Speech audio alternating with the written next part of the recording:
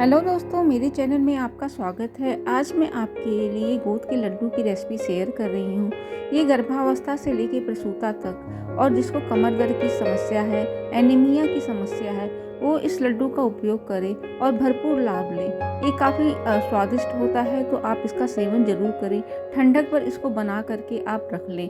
इसके लिए मैंने सारे ड्राई फ्रूट्स ले रखे हैं। आप चाहें तो मैंने इसमें पिस्ता और अंजीर को स्किप किया है, तो आप चाहें अगर शुगर इसको है आप अंजीर का यूज कर सकते हैं और चीनी की जगह गुड़ का यूज कर सकते हैं। साथ ही मैंने गोंद लिया है, ये सारा आपका 500-500 ग्राम है। साथ ही मैंने जो नारियल है, नारियल को अच्छे से मिक्सी में पीस लिया है। आप चाहें तो इसको पिसा हुआ बुरादा आप ले सकते हैं। और ये देखिए, इसमें 1-1.5 किलो के करीब में देसी घी लगा हुआ है। आप जितना अमाउंट में बनाएंगे उतने उसके हिसाब से आपका घी लगेगा। मैंने कढ़ाई गर्म होने के लिए रख दिया है, उसमें मैं घी डाल दी हूँ। घी जब गर्म हो जाएगा तो आपको गोंद को छान लेना है। गोंद जब फूटने लगेगा, यानी ये बड़े बड़े लैया की तरह हो जाएगा, तो आप इसको निकाल ले। इसका कलर देख सकते हैं कि कैसा ये फूला हुआ दिख रहा है। इसी तरह से सारे जो गोंद है मैं उसी तरह से छान लूँगी। और जो सारे ड्राई फ्रूट्स हैं आपको ऐसे ही छान लेना है। इस अगला मैंने जो है किशमिश उसको डाल दिया है। किशमिश आप चाहें तो हल्का सा रोस्ट करके भी डाल सकते हैं, लेकिन जो किशमिश को छानने से जिसका जो लड्डू का टेस्ट है वो काफ़ी अच्छा आता है। देखिए, मेरे जो गोंद है वो काफ़ी छन चुका है। आप देख सकते हैं इसका अमाउंट कितना ज़्यादा हो गया और कितना कम था। ये फूलने के बाद ज़्यादा हो जाता है। किशमिश में मेरा जो है वो फ्राई हो चुका है, तो मैं छान लूँगी इसको। इसका जो टेस्ट है छानने के बाद, इसका जो गोंद के लड्डू में टेस्ट बहुत ही ज़्यादा अच्छा है आता है। इसी तरह से मैं सारे ड्राई फ्रूट्स को छान लूँगी। अब चाहे तो आप इसको थोड़ा थोड़ा घी डाल करके भून भी सकते हैं। क्योंकि मेरा घी बचा हुआ है तो मैं इसको छान लूँगी। आपको बहुत डार्क नहीं करना है, आपको हल्का सा ही टाइट होने तक ही उसको भूनना है। बस इसका स्वाद, इसका जो लड्डू में टेस्ट होता है वो बहुत ज़्यादा अच्छा आता है, इसलिए मैं इसको हल्का सा इसको रोस्ट करती हूँ। आप चाहें तो इसको रोस्ट भी कर सकते हैं और चाहें तो छान भी सकते हैं। इस तरह से मेरा काजू जो है वो छन चुका है।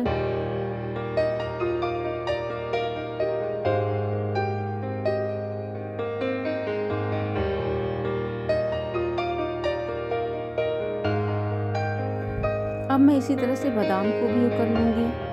बादाम भी मेरा छन चुका है। इसी तरह से सारे ड्राई फ्रूट्स को आपको, सारे नट्स को आपको छान लेना है। और इसी तरह से अखरोट को भी मैंने कर लिया है। अगर आप पिस्ता का यूज करते हैं तो उसको भी हल्का सा आप रोस्ट कर ले, लेकिन अंजीर को आपको नहीं छानना है।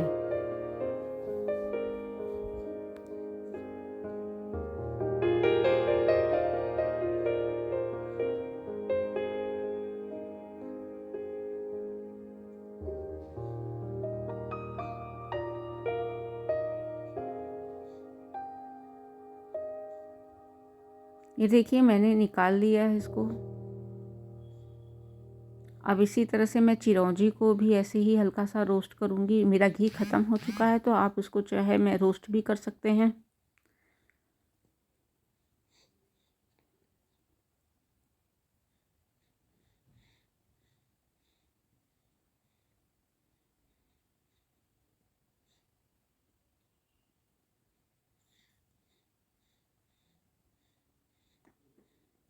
जो सारे नट्स हैं उसको मैं ऐसे छान करके इकट्ठा मिला करके रख दे रही हूँ। थोड़ा सा घी डालने के बाद इसमें जो मखाना है, 1 पैकेट मैंने मखाना लिया है, तो मखाने को भी आपको भून लेना है।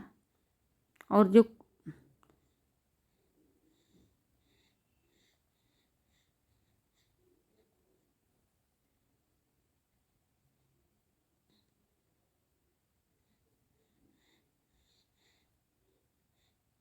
मखाना जब टाइट हो जाए, यानी पीसने के लिए तैयार हो जाए, तो आप उसको उसको निकाल लें कढ़ाई से।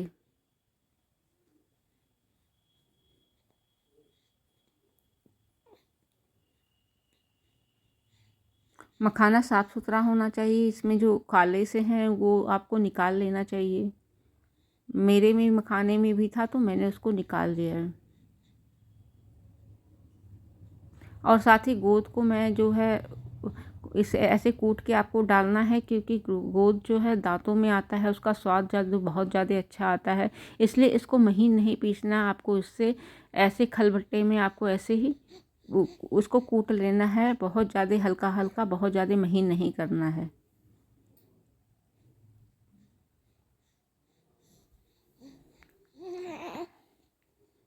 साथ ही मैं 1 पैकेट सौंठ पाउडर का यूज करूँगी। इस तरह से जो सारे ड्राई फ्रूट्स हैं वो मैंने छान लिए हैं, कुछ को मैंने भून लिया और मिक्सी की सहायता से इसको मैं पीस लूँगी। इस तरह से सारे जो हैं ड्राई फ्रूट जो नट्स हैं उसको मैं पीस लूँगी, और उसको आपको बीच बीच में मिलाते रहना है, क्योंकि सारे जो ड्राई फ्रूट्स हैं वो मिल जाएँ। और साथ ही मैंने जो 1.5 किलो के करीब में मैंने चीनी जो मिक्सी में ही पीस कर रखा है, आप चाहे तो रेडीमेड ले सकते हैं। देखिए मेरा मखाना भी तैयार है, तो इसको मैं पीस लूँगी। मिक्सी की सहायता से इसको महीन बारीक आपको पीस लेना है। और ये देखिए मैंने आटा लिया है, आटा को आप कढ़ाई में मैंने ऐसे ही डाल दिया है।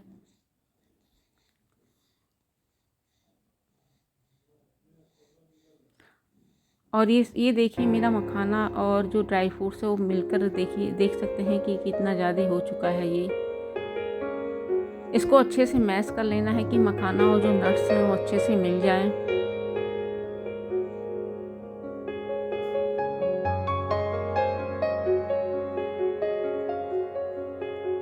इसको हाथों की सहायता से बढ़िया से मिला लें।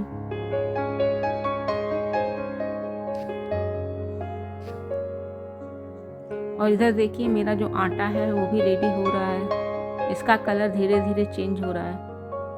इसमें मैं घी डाल दूँगी। घी आपको थोड़ा थोड़ा करके डालना है। इसमें जो मैंने अमाउंट लिया उसके हिसाब से, देखिए मैंने नारियल जो है पीसा था वो भी इसमें डाल दूँगी। इसमें अमाउंट के हिसाब से मेरा 1.5 किलो जो है घी वो लग गया है, क्योंकि घी से ही लड्डू बनता है और नट्स में भी ऑयल होता है, लेकिन जो मखाना होता है और आटा उसमें ऑयल की मात्रा नहीं होती, तो इसलिए इसमें घी ज़्यादा ऐड करना पड़ता है। अगर आप मखाना कम डालते हैं तो आपको उसमें कुछ डालने की ज़रूरत नहीं पड़ेगी। आपको बहुत थोड़ा सा आटा डाल करके आप ऐसे भी बांध सकते हैं अंजीर की सहायता से। ये देखिए मैंने जो चीनी पीसा हुआ है वो भी डाल दूँगी। धीरे धीरे करके सारा मिला लेना, अच्छे से मिलाना। आप चाहें तो इसमें इलायची पाउडर का भी यूज कर सकते हैं, लेकिन जो सौंठ का महक है वो बहुत ज़्यादा अच्छा आता है। ये देखिए अच्छे से मिला लेने के बाद मैंने जो 2 पतीला इसको रखूँगी, क्योंकि एक पतीले में आ नहीं पाएगा, इसलिए मैंने 2 पतीले का यूज करूँगी। देखिए घी और डालना, और ये देखिए मेरा जो ये तैयार हो गया, इसको इसमें डाल देना है आपको। साथ ही साथ सौंठ भी डाल देना है। गोंद जो फूट चुका है उसको भी इसमें आपको डाल देना है। ये देखिए मैंने 2 पतीले में ड्राई फ्रूट्स को जो पिसा हुआ है उसको डाल दिया है, ताकि इसको मिलाने में आसानी रहे। ये मैं 3 डब्बा भर के बनता है, और ये ठंडक भर के लिए स्पेशली 2 लड्डू रोज़ यूज़ किया जाता है। तो आप चाहें तो थोड़ा थोड़ा बना सकते हैं, चाहें तो इकट्ठा बना सकते हैं। इसमें भी आपको घी डाल के अच्छे से मैश करना है, इतना मैश करना है ताकि आपका लड्डू तैयार हो जाए। ये देखिए गोंद भी आपको डाल लेना है, उसको गोंद को डाल के मिला लेना है, ताकि आप जब लड्डू खाएं तो आपको जो इसका जो आवाज़ आता है, इसका जो टेस्ट आता है और क्रंचीनेस आता है, इस गोंद की सहायता से आएगा। तो आप इस गोंद को ज़रूर डालें।